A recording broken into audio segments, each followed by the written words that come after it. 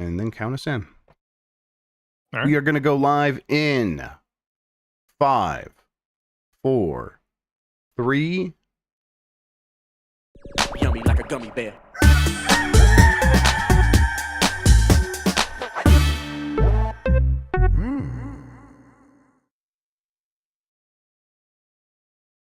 It's the internet. You're busy. Let's do this for September 17th, 2024.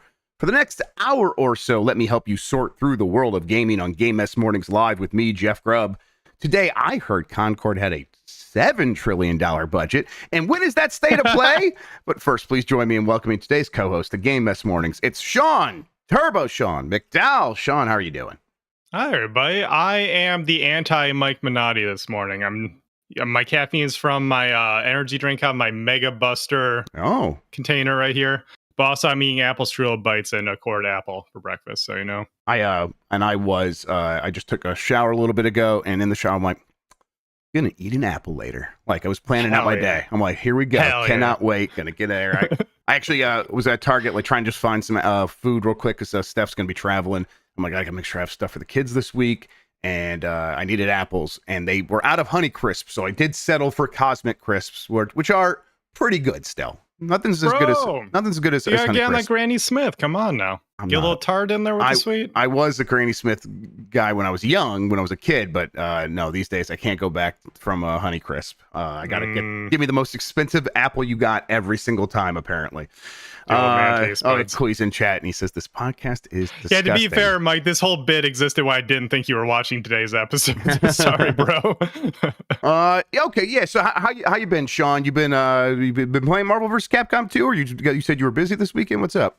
Yeah, I've talked about this a little bit. I've just been busy with a whole bunch of personal stuff, like planning some stuff out recently. So I haven't had a ton of time for gaming, but I did get a few hours in this weekend, each day, Saturday, Sunday. So I managed to get like an hour in with MVC2 just in the lab, practicing some stuff on both days before playing some other stuff. Checked out UFO 50.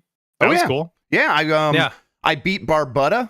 I'm pretty sure it's not how you say that. I did in Googling that game a little bit to like just get like a tip to get jump started. I'm like, what am I missing? And it's like, okay, here's this one thing where it's like I just wasn't looking at the game right, and that helped. But in Googling it, I'm like, oh, that is the name of the helmet the character is wearing, or the kind of helmet the character is wearing. That's the first game in UFO 50. If you watched us play that on Professional Friday, said it sucked a bunch, and it is purposely archaic. But yeah, I did come around to kind of like it quite a bit, because it is very much just, a bunch of secrets, a bunch of like little puzzle kind of things. And I enjoyed like finding all those things. That was a really good time, actually. I have tried out the first like 5 or 6 games, I think. And I'm curious to see where it goes, because right now it's almost more interesting as like an experiment, a project, than it is to play as a video game. Definitely, yes. But then you get to like Mortal, and like that is just a really fun little like puzzle platformer, basically. Yeah, that's one that could just like be on Steam by itself, right? Yeah. You played that in UPF if people want to see that. Yeah, and I played a little bit more. Yeah, that's just a hilarious and like fun little puzzle game. So I'm like, all right, if the games kind of keep ramping up to something a little more substantial like this, I actually might stick around, because those first few were like, yeah, these games all suck, but that's kind of the joke, kind of the point. At least a couple of them have sequels later on in the 50s. So yeah, and I'm like, they're like telling this story of the fictional console, the LN or whatever it is, LX, and then yeah, it's interesting to see what they're doing here, and I'm almost curious to see like you guys mentioned, is there any sort of like meta gamey stuff with like the game shark codes and whatnot? That'll be interesting to see. Yep, I'm gonna keep playing it, really enjoying it. I do think it is worthy of the kinds of praise it's getting, which is very specific. Like, people are like, yes, some of these games are little or in some ways bad, but the overall experience of like what they're going for here, they execute that perfectly and say, okay, well, I mean, that's the game here, is kind of going through this faux history, which I'm appreciative of. Let's explain what we do here. Most weekdays, I, Jeff Grubb, will help piece your gaming life back together. That includes breaking news and maybe even some of our own original reporting. For all these topics, I'll get the input of a bona fide expert who will make me look smart. If you are watching live on Twitch, welcome. You can always listen to the show later on podcast feeds by searching for Game Mess Mornings or find the RSS on giantbomb.com. You can also catch the show later with chapters and timestamps on YouTube. Hello, YouTube. All right, we have a lot to get into, so let's start the morning mess with, when is that PlayStation State of Play? This week. It's this week. I know Jordan Midler was just saying it was on Wednesday. Between time zones and me hearing various things. This week is kind of where I'm at right now. There's a good chance it just like they announce it tomorrow, and whether that's for later in the day or for Wednesday, we'll see. I would, this week probably does mean Tuesday, Wednesday, or Thursday, because they're not going to do it on a Friday. They never do these things on Monday. Right. So we'll see, but it's still coming. Have you set your expectation levels for this appropriately? Where are you at with that?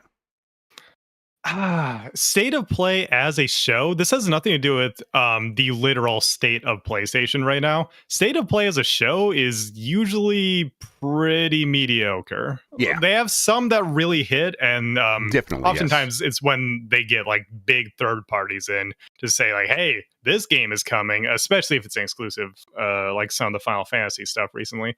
I don't know. Otherwise, State of Play, it still kind of feels like they don't get it a little bit. Like most people who try to copy Nintendo Direct don't get it. You can't just have the show. You need to spin up a show. So expectations are in check. I think things have been quiet enough on the PlayStation front that this could be one that hits a little bit. But again, that's something we've said a bunch of times now. Yeah, exactly. So we'll see. They're still in that state where they're trying to like spin up a lot of these big AAA games that they like to do. So I think we're still gonna be waiting around on some of those. So maybe we get one or two big heavy hitters here, but I won't expect too much. Yeah, I mean, in terms of first party, like I'm trying, like what could be the biggest thing that could be here? I mean, obviously something new that we have no idea about. That's possible. Is it too soon to see what would be next? Wolverine? I think Venom would be next, based on the leaks. Venom would be next. They would probably do the expandable. I don't know the order of all that and everything. Yeah, we could see some Venom or something like that. I was thinking, something with Spider-Man, but yeah, maybe it is Venom. Venom seems like of all the ones, that one is maybe the most likely. That could show up here, even more likely than Ghost of Tsushima, where it's like, oh, that's right, that's the other one I was thinking of, where I'm just trying to think of the studios we haven't really heard of recently, or Insomniac also just moves at a breakneck pace. So when did Ragnarok come out? As far as I'm concerned, last week? But broadly speaking, was it 2022? Yeah. Okay. Is that right? So it's been a while. It's been, I guess, been a couple of years. Was that enough time for the other team that's been working on? The other project, the other project from Cory Balrog. Right, because he wasn't on Ragnarok, or at least not as director or whatever. Right. Right. Yes. Yeah. Right. Exactly. So probably not enough time, but maybe. Who's to say like they don't have an asset ready to go right now for a game that's coming out still in 2 more years, 3 more years? That's possible. It's just this isn't a showcase, and they have had showcases in the recent past, although not recently necessarily. So maybe they could still be saving stuff for, like, in the grand scheme of things, next spring is not that far away. If you are someone making a game these days, where these games take 6, 7, 8 years, and the marketing for them is kind of compressed, and you want to save time, and you want to save all your eggs for one big basket of a big showcase, you're working on something that is going to come out in the next 18 to 24 months, and you have and you want to talk about it, maybe you do actually end up saying, like, let's just save it for the showcase. We're fine. The PlayStation's selling fine. We have plenty of third-party partners. So I think that's what happens with these state of plays a lot of times, right? Yeah, exactly. And I think a lot of the time the state of play is more interesting as a way to measure where the company as a whole is at, because then that sort of informs how we think of the rest of the releases from the rest of the teams, from the people that we don't hear about. We can say, okay, so they're still cooking on this. They're still cooking on this. Oh, we did hear from this team, but it's like, hey, this is a little far out. I like that. Gives us a better picture of everything that's going on, even if the event itself isn't particularly interesting, which, hey, maybe this one will be. We'll see. Yep. And again, like, bringing this up every time, but it's worth reiterating. These things are often obligations that Sony makes with their third-party partners, saying, hey, we're going to showcase you in one of our events that's worth this amount of money, and that is part of our co-marketing deal. Advertising. It's all advertising. It's all advertising. And like, as hype as it is, as much as some of us pop off about some of those things, sure. it is that's a strategy there. It's all just putting some trailers out there in a way that, like you said, complies with the contract or whatever. Right, and that's why oftentimes these state of plays can feel, I think, underwhelming, is because it really feels that way by the time you're done watching. It's like, oh, that was a bunch of games I didn't care about, and really Sony probably knows that most people don't, and they just kind of had to do this. This could be one of those, could be a mix, could be really good, who knows. In terms of exactly what's going to be in there, I don't know. And really, at this point, we're going to see it soon, so who cares? We'll find out. That's ourselves. why it's exciting. Like, exactly. we'll just watch it, we'll see what happens, and it'll be a good time either way. Yeah, Death Stranding 2, as Alexi mentions in the chat, like, that thing's not going to be or it is going to be a Tokyo Game Show. It is, but under Kojima Productions separately. Yeah, at least Kojima Productions is going to be there. Was Death Stranding 2 specifically confirmed? I don't know if it not. Yeah, I mean, for Tokyo Game Show, yes, but not for State of Play. Okay. We'll see. Yeah. We will see. All right. And again, if you want to take a clip and put it out there so that people don't get mad when if it doesn't necessarily happen tomorrow, it's this week, everybody. This week. Could be Tuesday, could be Wednesday. So now we know what to throw against you when it's not this week. Okay. Thanks, that'll be fun. Making it easier when I post to Gaming Leaks. I knew it was you all along. It was always you. Astrobot's soulless devotion to the Sony brand is a real problem. I just wanted to bring this up because this was popping up over the weekend. Hey. There's several things here. One, people should be able to write this stuff and should be able to criticize things and have different views. Obviously, I think most people agree with that. Even if they feel defensive of Astrobot, this isn't like so out of the ordinary because there was a time in the 2000s where this was like every story. This is just what the people who wrote about games were thinking about games in these terms, like for everything, and that's mostly gone away, and I think it's because it turns out the audience doesn't have much of an appetite for this kind of story. I did read it, and there's here. I'll start by saying when I put stuff out, I believe that I should be criticized because I'm a critic. I think first and foremost out of everything, or at least it's one of the things I do. And if I'm going to criticize things, I should be able to take some criticism. And so, in that vein, I am going to criticize this a little bit. This argument here is a little pretentious and a little naive. Where it's the pretentious side comes from like, oh, is something real or fake, and kind of trying to determine if Astrobot is a real game or a fake game, and by that they mean, is it something that is like someone truly trying to express something, or is it a parade of IP masturbatory, like an exercise in just sort of like building up PlayStation as a brand that people care about, and not much more. Now, I think, of course, we know it can be both, and that's not really where the naivety comes in. The naivety comes in is like, well, when this game succeeds, and this is the argument the story goes on to make, when this game succeeds, as it seems like it's doing pretty well, is Sony going to take away from it that, oh, it succeeded because it was a great platformer? Or are they going to take away from it that, hey, people want more of this soulless devotion to first-party IP? And it's like, okay, that's where I'm like, we are already through the looking glass on that. We like, especially from these big publishers, they're so risk adverse. They're so afraid of everything that, like, what's the alternative from Sony is like a bunch of the same kinds of over-the-shoulder third-person action adventure games they've been making for a while, and they're doing that because that's been proven to be being able to hold up to the risk.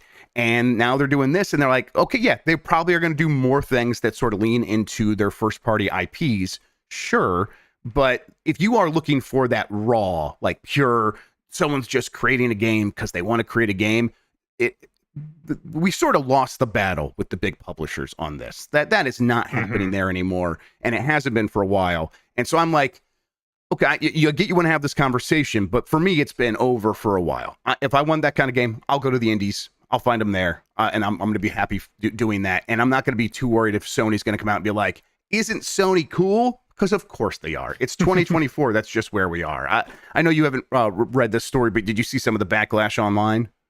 I did, and I also this is not how you should read an article, by the way, but just to get myself caught up, I was skimming it here a little bit while you were talking, and I will say it's written in a way where it's all right. You were clearly trying to rile people up, Yeah, but yeah, regardless, a little pretentious. like like you were getting at, I do think that people should be able to say what they want and not necessarily get attacked for it. It's Right. okay for someone to have an opinion that differs from yours, even if you and me are looking at this article like we heavily disagree with Sure. the Yes. point you're trying to make Yeah. here. But like I said, that's critiquing, that's criticism, and I think that not to get on my soapbox too much here, everything needs to be a take nowadays. Like you can't just have an opinion; it needs to be your take against someone else's take, and your take is either good or bad. Like the things you say are weaponized in one way or another. And I think on either side, either trying to go out there and say, hey, that thing you like sucks, I'm gonna tell you why, or someone countering that with, well, your thing sucks, like the fact that you think it sucks. Just, can we all calm down a little bit with all of this on either side of the argument here and just chill, have a calmer conversation? That being said, yeah, I think this article and this argument in particular, which I did see other people talking about on Twitter, not like weirdo Twitter, like my Twitter. Yeah, exactly. That's the only reason I'm bringing this up is because it's like it wasn't weirdo Twitter. I'm sure it was, but that's not who I was looking at. Yeah, I know people say we saw people going off on Twitter and they're like, oh, well, Twitter sucks. Twitter is terrible. Keep in mind that the way we still use Twitter is still we just follow the people we like. People that I respect and want to have a conversation with in real life. That's what we're talking about. That's all. Exactly. So that being said, with that, I have seen other people make the same point of, I do kind of wish Astro would stand on its own and not just be an advertisement for PlayStation. Yeah, by the end of it, I did even myself feel a little bit of that, like, oh, well, all right, you really are just trying to show off the things that people can then go buy in the store, don't you? Like, and I don't even necessarily know if I got that feeling. I just, I think Astro's so strong that it would be like, let's start building its own future. And even though I think you did a really good job with all of this, diving into the first party, historical content from PlayStation. Yeah. And I mean, the title of the article is that soulless devotion to the Sony brand is a real problem. And I disagree with that in part as someone who really likes something like, say, Smash, where I think you can pay homage and pay reverence to the brand that you're propping up while still being a very fun game to play in its own right. Just like Smash is a very fun game to play with your friends, to play competitively, to play like in whatever way you want. It's just a very well-made video game from people who clearly care. That's how I feel about Astrobot as well. Even like around here, I would be the one who's sort of like quote unquote down on it by even just saying like, oh, it's a fantastic game, I'm just not completely in love with it. Even then, like I still think it's incredible. I think it's fantastic after playing that ending, especially where you want to talk about what autofellatio or whatever the hell they put it as in that article. Like it really is like just an incredible moment of PlayStation history kind of rules. That's awesome. That's where I kind of makes you feel good. Yeah, where it's this, I think I've been asking PlayStation to be a little bit more reverent of its own history instead of always blindly marching forward and being like, let's chase the next big trend. And so for me, I'm like, in the context, especially of where gaming is at right now, this game feels like a win, where it's like, hey, they did an excellent game and did an excellent job of saying, hey, our history matters. And it's like, yes, we've been telling you your history matters. So fantastic. Now, this is I get that it's like they just did Astro's Playroom and then this, and they both have this similar sort of mode of going after that. But it's like, okay, I think they expanded on that idea. If the next game is once again a tread through the the walking path of history of PlayStation video games, I will be disappointed for sure. Now, to me, that's not a problem necessarily. It's just like, I think it is a criticism that I will probably have at that time. But the idea that the soulless devotion to the Sony brand is a real problem, it just isn't. Not relative to all of the other things that actually are going to be a problems for Sony and all the distractions that company might have about how to approach its future and live service games. having Astro do the thing it's set out to do and do it really well, and have a team that's just like, hey, we made this joyous platformer. Here is several levels that we made because they brought you joy, and here is a bunch of history that also will make you feel joy. It all feels in line with one another and does it's like kind of not a problem in any way. Right. There's a line to be walked between ad and celebration. And I think Astro firmly falls on the side of celebration, like the games I just mentioned, like Mario Kart and a lot of the stuff Nintendo does, where a lot, and, you know, we make comparisons to especially 3D Mario platformers a lot, but because that's kind of what they're going for here. Like, clearly, they were inspired by Mario Galaxy and a lot of our Nintendo things when it comes to the celebration of it all. And that's good because, like, that's what sells and that's what people like. If it's the best of both worlds and everyone's happy, then that's the route you go. You look at, say, Mario Kart, that's become Nintendo Kart, and I don't think people have a problem with them putting in Link and Isabelle and all these random characters, because people say, oh, hey, it's that character I like. It's cool that they're in here, this game that plays well. Yep. So I think it's okay for Astrobot to do the same thing. When it comes to the future of the series, I think it comes down to the frequency in which these games come out. Because if they come out at a rapid fire pace and every single time it's celebration of PlayStation, then that could get a little old. Right. But I don't know. You can strike a balance between the two. If they want to do it more frequently, then yeah, have Astro's, I don't know, Jungle Escape or whatever. And it's more like Donkey Kong Country or something. You know, like have the entire game themed around that and not necessarily just be about the history of PlayStation. Or you could have them spaced out more and still have it be a celebration. I'm a sucker, though, because when you start talking about, oh, what if the next one was a walk through the history of Sony and no PlayStation stuff? Like, you got like just knocked into the other timeline of like, here's the Walkman, the cameras and stuff. Yeah, here's the Walkman, the cameras, the TVs, the Vio computers and stuff like that. I would enjoy that. That'd be kind of funny. That's me, though. Maybe there could just be one level of that, actually. All that said, even saying the article is pretentious and naive, I like that there are stories on Kotaku.com that are pretentious and naive. That's a good thing. There used to be a million stories like this, like I said, when I was coming up reading about games. And the reason for that is the media was pretty small and the video game industry was small, but the people covering games, it was a small group. And it was kind of the best of the best. Like, look at how many of those people went on to, like the sports game guy at EGM. All right, Brian Intihar went on to direct several Spider-Man games. Like, that was the sports game guy. That's how deep the bench was. That everyone had that ability and creativity inside of them, and they had a lot of thoughts about games, and they weren't shy about sharing them.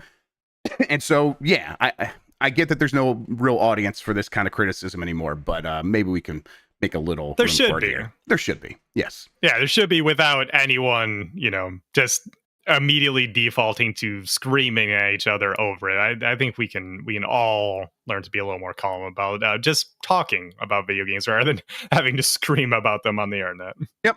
All right, let's get to this next one. Multiple sources dispute Concord's $400 million budget. This is from Gloria Levine at 80 level. Concord had only 2 weeks to enjoy its freedom before it ultimately died and wasted Sony lots of millions. How much? At first, the development costs were estimated between 50 to 200 million, but a couple of days ago, Con Moriarty, the podcaster, shared that it was actually much more expensive. He was contacted by a person who worked on Concord, and they said it cost about $400 million to make, which is a crazy sum of money. Now, we'll stop there. I don't know if he came out and clarified or whatever, but I heard that he based that number on combining some figures of like how much money the I can't remember what the group of studios was called that Firewalk was part of beforehand, but it was like that they raised like $250 million for multiple studios for multiple projects, and then once they went under Sony, it's like the studio was acquired, and then Sony said they spent a bunch more money on top of that, and he added all that money up. I guess that's how he got to $400 million. That is not the way to count this, I would say. I didn't think too much about this $400 million number because I think it popped up on like Friday, and I'd done my shows and I was thinking about other stuff. I'm like, it seems big, but whatever. Okay. I mean, I don't, maybe they're counting a huge marketing. I hadn't really thought about the marketing, but I look back, there wasn't much. Either way, I'll get on with the story here. Let's see. However, not everyone believes this number. Kotaku's Ethan Gotch couldn't confirm the budget, but $400 million is not the number I've heard, he said. And the head of GamesIndustry.biz, Christopher Dring, also doesn't think it's true because no game has that development budget. Concord didn't even get any above-the-line marketing spend, he claimed, adding, there's just no way a game with half the dev team as a Spider-Man 2 has a budget that big. Spider-Man 2 did cost like $300 million. The idea that Concord is $100 million more than that actually is impossible once you sit down and think about it. Dring also said that this is kind of the laughing stock of the industry when people are here seeing this number. So it's like, hey, they can laugh. And again, I'm like, when I think about this number, but no one knows how much games cost or the marketing because they never share that information. So of course, gamers, a lot of people bit on this number and like, that's crazy. How did that happen? I think the bottom line here, Sean, is the game clearly cost a lot of money to make and made $0. And not, I mean, honestly, Yes. even releasing the game seemed to have cost them money.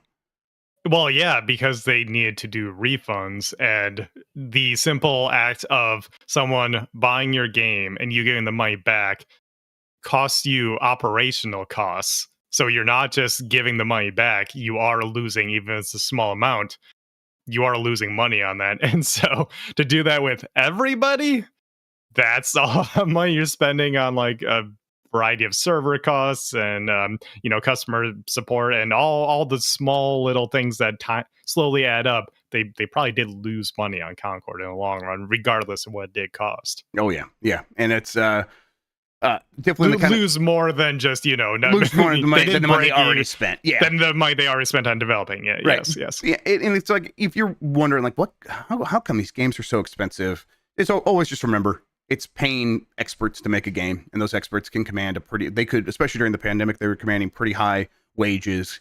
And so every person you add just adds cost to making a game, especially when you multiply that by the years it takes to make a game. So costs are still going up, but yeah, nothing is at $400 million yet. We'll see where like Grand Theft Auto 6 lands. But That's a good point. for as much as Grand Theft Auto 6 is going to be probably close to this number, I think by the end. But when it's all said and done, but even that might not be 400 million when they finish. We'll see. Think so? Like combined with marketing and everything? Combined with marketing, I probably would put it over 400 million. Yes, because they'll spend. Depending on when that comes out, like I could see Rockstar like Super Bowl ad and stuff. They could go all the way with this. If it would combine with marketing, they will put a ton of stuff out. So yes, that will be over 400 million. But if we're just talking about, I don't know. I actually, because who knows how he came up with this number really? So yeah, but how much a game costs to make, if we're trying to just contain that, it'll still be pretty close to 400 million because they have a big team and they've been working on it for a very long time. And however you want to map that out, because were they working on this or were they working on Grand Theft Auto Online? They've been working on GTA 6 for a very long time, so very expensive. Exactly. Like Max Lazarus in chat says it's guaranteed to win back its costs. Definitely, yes. But, and then if nothing else, over the course of like 10 years, make it back in spades. Absolutely, no problems. All right, we're gonna take a quick break. When we get back, plenty more headlines to get into. Rumors about Resident Evil 9. We'll see who to believe right after this.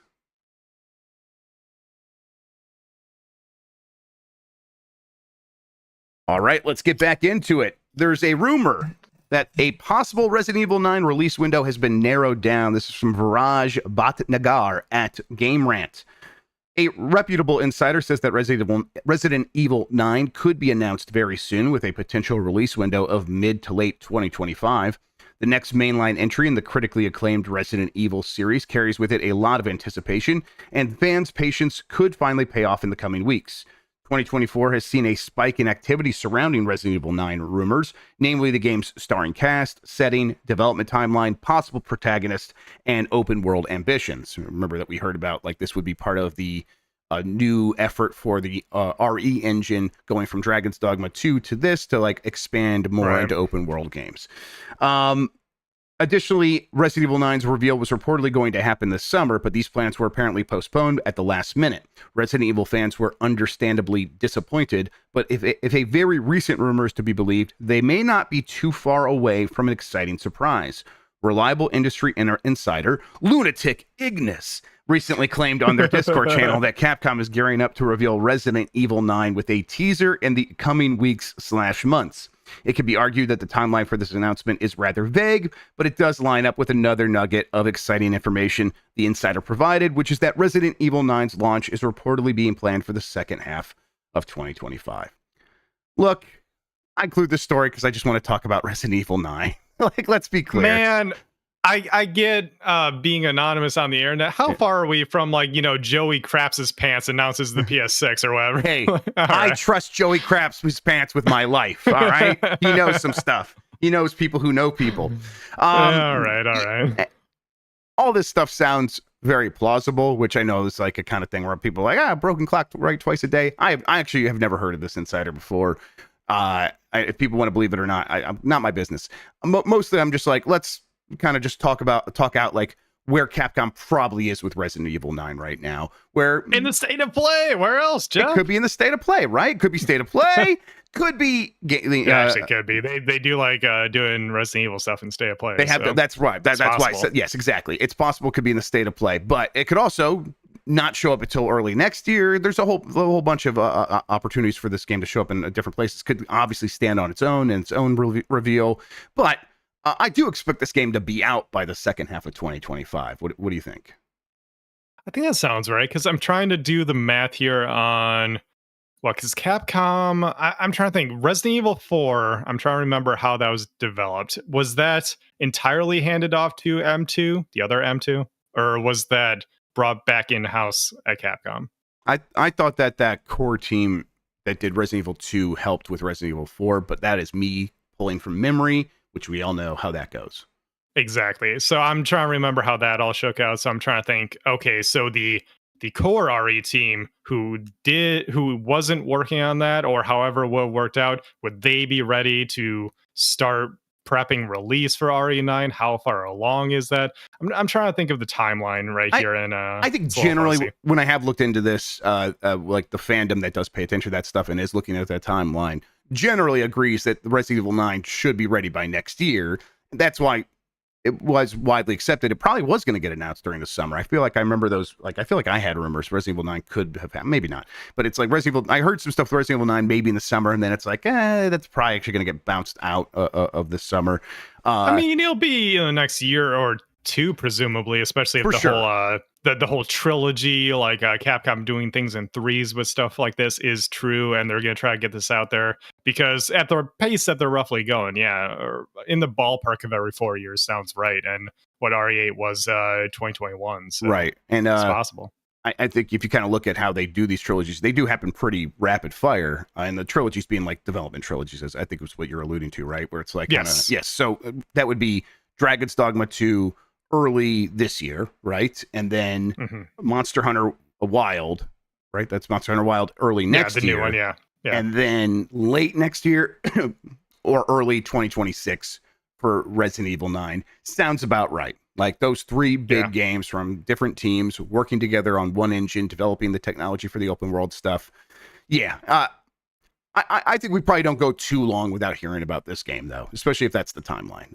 They are going to be focused on Monster Hunter Wild, of course, but Resident Evil and Monster Hunter have existed side by side, and they'll continue doing so. So they won't be afraid to talk about one just because the other's coming along. Exactly, yeah. All right. PlayStation 30th Anniversary Collection prices have started to leak. This is from Ethan Gotch at Kotaku. I haven't seen this yet. No. Yeah, I was like kind of looking at these numbers real quick. We'll see. I don't know if they have the number for the big one yet, but we'll see here. Pre-orders for the limited edition PlayStation 30th Anniversary Collection don't start going live until later this week. But in the meantime, we're already starting to get a better idea of how much some of the consoles and accessories will cost, thanks to a new leak. The prices don't seem that bad so far. Trusted insider leaker Bill Kuhn at Deal Labs, who has a history of sharing PlayStation product info ahead of schedule, reported that the apparent prices of two of the Anniversary PS5 collection pieces over the weekend. The PS1 style makeover of the all-digital PS5 Slim model will seemingly cost $500. It's normally $450. While just a PS1 style...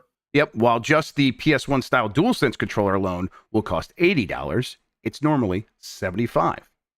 So following a recent price hike. Important to note that they keep raising prices on everything. Yeah, they do keep God, the raising gaming prices. market sucks right now. Yeah, they did just raise that by $5, didn't they? That's not terrible for the PS5 Slim bundle. Well, while the all-digital PS5 started at $400 when it launched back in 2020, Sony raised the price of the Slim model to $450 when it was released last year. Okay, so the price we don't have still is the PlayStation 5 Pro, which is the one that I need, Jeff. With the and that's the one with the Edge, DualSense Edge. Yep, DualSense Edge, which itself is like $200, right? Yep. So 700. Like it's at least there's no way it's not $1,000. It comes with like the charging stand too. Like they're putting enough in there that I think the nice round $1,000 they'll be like, yeah, it's a collector's item. What are you gonna do? Yeah, I do. Let's like so they're saying that the one is 500 as opposed to 450. So they're adding like $50 on top. I think you're right. For that one, they probably add like 100 and go up to like 1,050, maybe even 1,100. Yeah, because it would be a little over 900 for the sheer cost of everything in there. So I think they just round it up to 1,000 and say, yeah, this is like the deluxe collector's package. It's at least $1,000. I agree with like for sure. It's at least $1,000. I don't think it's more than 1,000. I don't think they would just because. I think they might go 1,100, but you're right. $999, $999.99 would probably be right. That's the thing that looks pretty friendly. Exactly.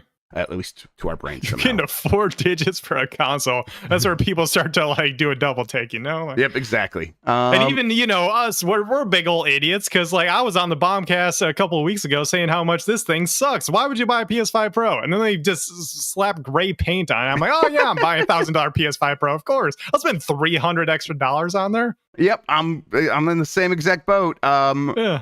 There's what was it? To be clear, I'm doing it because I'm a savvy consumer. I know that thing's only going to go up in price. Well, I would save all that stuff too, for sure. Yes. Yeah, that's why you save the box. I'll save the box for this limited edition one, of course. Yeah. Yeah, because the box alone is going to be worth like $500. Yeah. The 12,300 of the PlayStation 5 Pro, that doesn't seem like a lot globally. I think it's going to be a real pain to get one of these things. It's going to be real. Well, granted, they did figure out the queuing system for the most part on PlayStation Direct, which is where they are exclusively selling the Pro. So it might suck to get it, but assuming those systems are still in place and hold up, so which there might be more demand than ever, so they might not hold up. But if they hold up, it actually could just be you queue up in a line. And all things being equal, I get up that morning with enough time to go get in that queue, and you think there's a pretty good chance I'd be able to get one, or what? Or I think there's a better chance. I think there's a better chance than say the 20th anniversary where that was just a complete shit show with the PS4. But I think if you are there when it goes live. Again, assuming the systems hold up, which they may not. Right, no, of course, yeah. There's a chance that you may have to wait in line an hour or something. I remember that's how why I had to do to get my friend's PS5, but it worked. So I don't know, it's possible. I'm gonna try. I'm gonna give it a shot. Yeah, we're all gonna try. I want another PS5 anyhow. Emmy keeps saying, I want my own PS5. I'm like, well, I want my own PS5. You guys stolen mine. I want my own PS5. I don't own one. I'm still borrowing my friend's. He wants it back now because he heard how good Astropod is. Well, get a Pro. There you go. Apparently, that's what I gotta do. Why Space Marine 2's massive success is dangerous for its developer. This is from Eddie McHugh at GameSpot. Excuse me. Warhammer 40,000 Space Marine 2 enjoyed a very successful launch earlier this month, and now one of the top bosses at the game's publisher has teased what's on tap for the future. This includes potential story DLC or even a full-on sequel, but plans are still being formulated. Tim Willits, the CEO of Saber Interactive, declined to share hard sales data, but said the game's success can be dangerous for the studio. When you have a big hit, you have the internet kind of popularity, there's more passion and there's more responsibility for the quality that you do. And you look at yourself through a different lens. And sometimes that lens can be a little dangerous because then you get so paranoid about making sure everything is great that you overstress about things, he told IGN. But it's that success lens that really drives amazing games into the future. So I do believe that through the success lens that we have, we will just make far better products in the future. Do you think that Space Marine 2 is a sort of stepping stone for a studio like Saber Interactive? I'm sorry, someone in chat said, okay, Uncle Ben. And I just thought, yeah, that's good. That's good.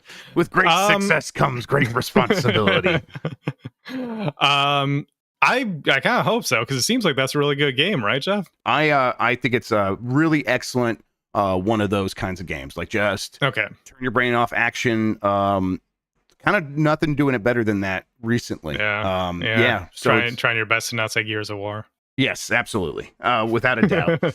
I think that it's the kind of thing where it's I think there should be at least a handful of these kinds of games every year, and I hope that we get a Space Marine 3 and it's even bigger. Like, so I think this is going to set them up to be like, okay, how do we follow this up?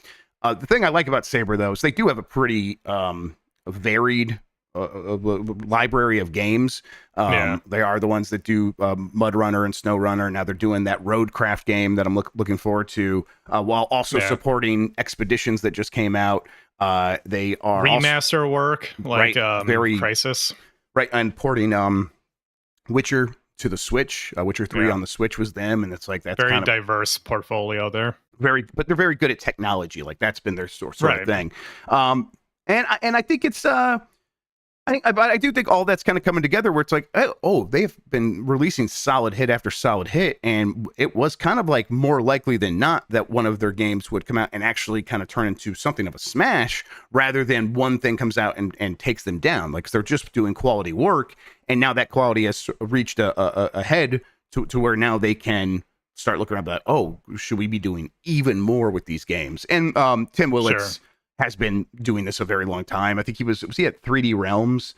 I think he was on he was at 3D Realms for a very long time. Okay. And he was at id Software as well. Yes, he was at id Software, then went to 3D Realms. Okay. So he's been just doing this a very long time, and I think he's kind of like, okay, I see this studio and where it's at, and kind of, the studio, but honestly, kind of a publisher now because they have a bunch of teams. Right. Can we take the success and parlay it into something more? Now, I agree with him. That is dangerous, right? Because you've been doing one level of games for a very long time. If you start saying, okay, let's make a real AAA game, that's when budgets and risks can get out of control. Do you want that for a studio like this, or for any studio that's kind of operating in this middle section of the gaming industry? Right. I think that's important to take from his statement here, is that the danger is from getting too ambitious because players want more, and then things spiral out of control, like they do in so many studios across the world, as we see, on this very show every single day. We get some kind of bad news. Oftentimes it's layoffs recently, and just wanting to make sure that you don't put yourself in a position where you scale up and then the reward isn't there, and so you have to scale down, which is the painful part of all of this. So I see where the worry could come from here. I personally love that indies and more AA stuff is kind of making a resurgence. Indies have been here all along, just getting bigger and bigger. But now we also are seeing just smaller, what we used to call AA projects spinning up, and those finding a place in the market. The games we would have got like 50 to 150 of on the Super Nintendo, like a Jurassic Park game. Well, Saber's doing Jurassic Park Survival now, and it's like kind of this new expression of that old idea.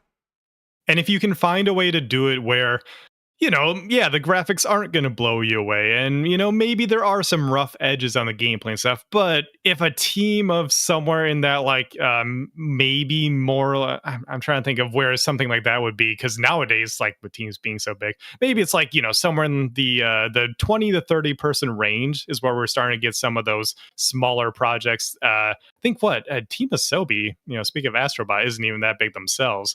If we can see more of those smaller teams very smartly putting a project together, I think that's awesome. And if we can see them be more in that situation, I think that's cool. Someone in YouTube chat just said RoboCop Rogue City. That's a good example of the kind of thing I'm talking about there, where they use the tools of Unreal Engine 5 to make that game look good while not needing to put a ton of work hours into it like you might have to with a giant AAA game. I think the fact that we are starting to approach that mentality again, I think is going to be good for the industry in general. So I think it's okay for not every studio to scale up that high to AAA and have to worry about these things. Yep, exactly. And it's I think that I prefer them in this zone of hey, we can have smaller teams, or like you said, relatively smaller teams. putting out games that maybe do have rough edges. And then occasionally you might get one that is like Space Marine 2, where it's like, does this have rough edges? I guess maybe it bugged out on me a couple times, but it's like, in terms of the gameplay and the visuals, no complaints from me, really. It's like, it is the game I want. It plays the way I want it to play. It's got a lot of fun stuff. They've added a bunch of variety. That jetpack level was a ton of fun. And then I love the way it looks, where it's like the graphical fidelity is high enough. And then they just had a lot of fun playing around in the Warhammer 40K art space. And it's like, there are kind of no rough edges here. Now we'll see how that works out for like Jurassic Park Survival, or that Toxic Commando game that they're doing John Carpenter, or A Quiet Place: The Road Ahead. Any one of those could be like, oh, well, these have the rough edges that the Space Marine 2 didn't have, because maybe it didn't get quite as much love. But there's still a fun game here.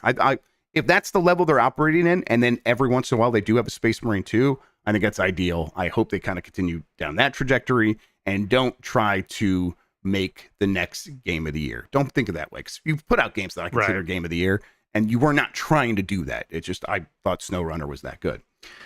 All right, let's see here. In the UK, 75% of video games sold during August 2024 were digital. This is from My Nintendo News. The United Kingdom, which is the largest video game market in Europe, continues to be adopting digital games at a staggering rate, with games industry data, and I think that's gamesindustry.biz data, revealing that 75% of the games purchased during August 2024 were digital editions rather than physical editions. The fact that we have no data caps and broadband speeds are reasonably fast is likely a big factor for that adoption. So how do you read this? Is this just this is what people want, it's super convenient, or people saved money and bought some digital consoles, and or the fact that there's, PC is all digital, and that and people are going more towards PC? Like, how do you sort of make sense of this number? Okay, first of all, I'm going to lead with, yes, that is the reason, because God, data caps suck, and they still exist here in the US. It's awful.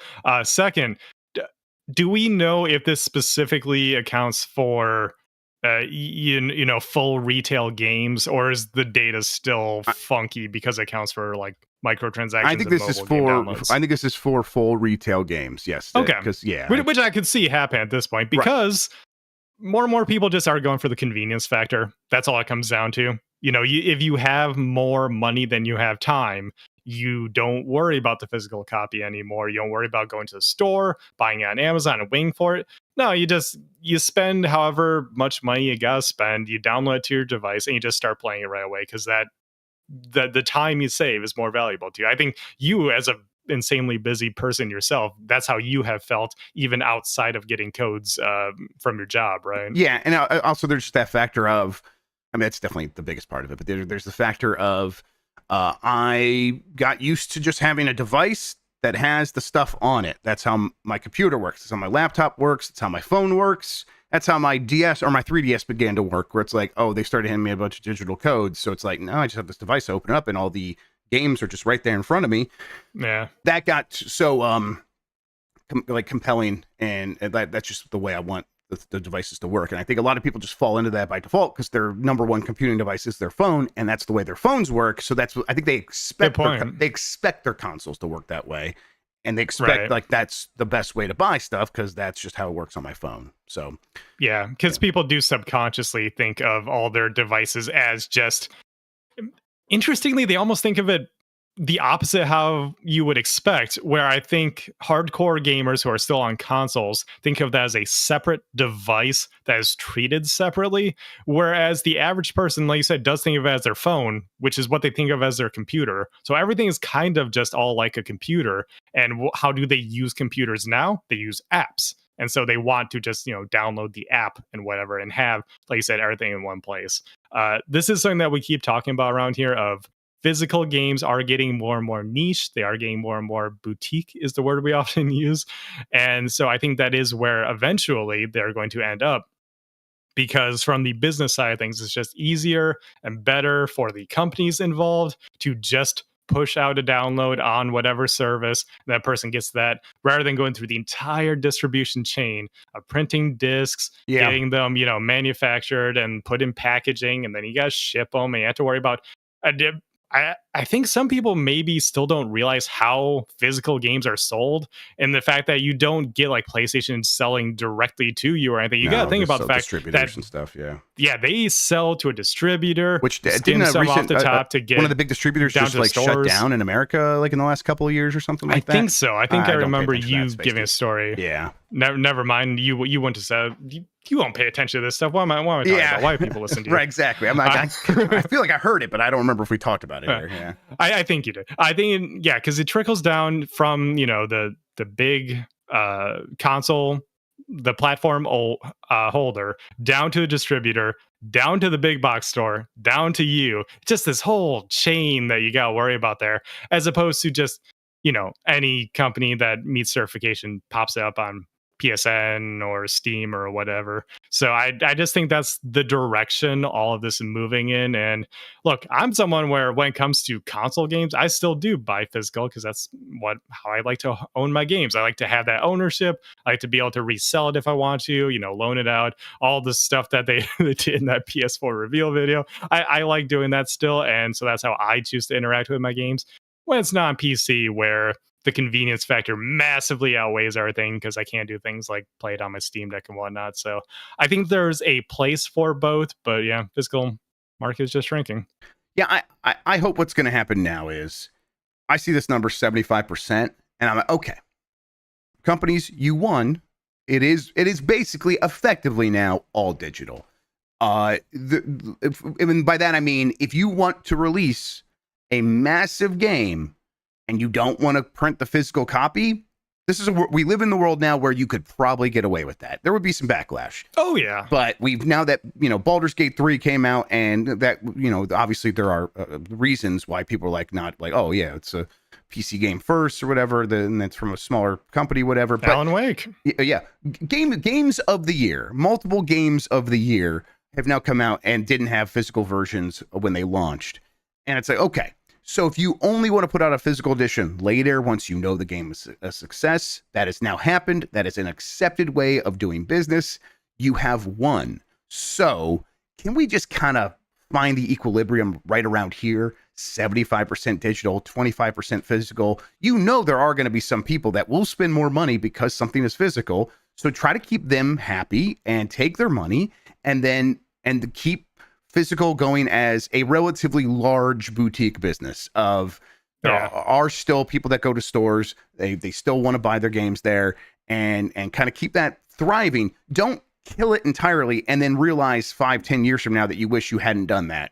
Because I feel like that's where we're headed if these companies don't just sort of like come up with a model right now that makes it make sense. I think they are more and more turning to companies like Limited Run, who are doing a good job of reaching out to these companies and where they're willing to, putting out these games on disc eventually, which oftentimes can be better in the long run. Now we live in the era of games needing a lot of patches because games are messy nowadays. And oftentimes, if you get that physical copy later, you get a superior version of the game on disc. The thing you actually want, which is the game that you can pull off the shelf 20 years from now, pop it in, and it'll just work. Right. Is effectively a complete edition. Whereas, like we talked about this on a Bombcast the other day, but the disc that you buy nowadays, it's a misconception that there's like nothing on it. It's just a license to access the download. No, most of the time it does come with some kind of 1.0, but it's cool that like if one does come out later down the road, that you'll get, the 1.19 or whatever. That is, all the bugs are fixed, the performance is better, all this, that, and the other. It's kind of a bummer if you only buy physical games and you would maybe have to wait to get a copy of the game. But at the same time, I feel like that audience is more prone to like being willing to wait for a game and say like, I'll buy it on sale, or I'll wait till they fix it. So maybe, like you say, if we can reach this equilibrium, maybe everyone will win. I hope so. I think that, and I think it would be beneficial to everybody. Like you said, everybody could win if we do it that way, but we'll see. Beloved Skyrim YouTuber Grandma Shirley is finally retiring at age 88. This is from John Walker at Kotaku. I'll just, everyone remembers this old lady that played Skyrim, and she played a ton. She's been doing it for forever. She says that she is now officially bored to death by it. So, shout outs to Grandma Shirley. Grandma Shirley, You've know what done you want. everything you could possibly do in Skyrim. We get it. Go enjoy your retirement. That sounds good. Yeah, she said, I'm old and I'm tired and I don't feel like doing it much anymore. Hell yeah. I can appreciate that at 88. And again, she did it for forever. And she's like, you know what? I've done everything I need to do. I'm out. And she's like, it's not like I can go to Starfield. That trash. It's like, all right, Grandma, you didn't have to get so toxic. Jesus. She didn't say that part. All right. I got a poll question coming up here in a second while I get that set up. Sean, why don't you tell people where they can find you on the internet, what we have going on, all that good stuff? They can find me over on twitter.com still as TurboShawn _SHAWN. And you can find me here on Giant Bomb, probably doing a lot this week because we got people in and out all week long. So we'll be doing a lot. We'll figure it out a lot. If you and Nikki want to like come up with some fun stuff, like because it leads a couple of things, let me know. We'll make it happen. Yeah, we can do some stuff. We find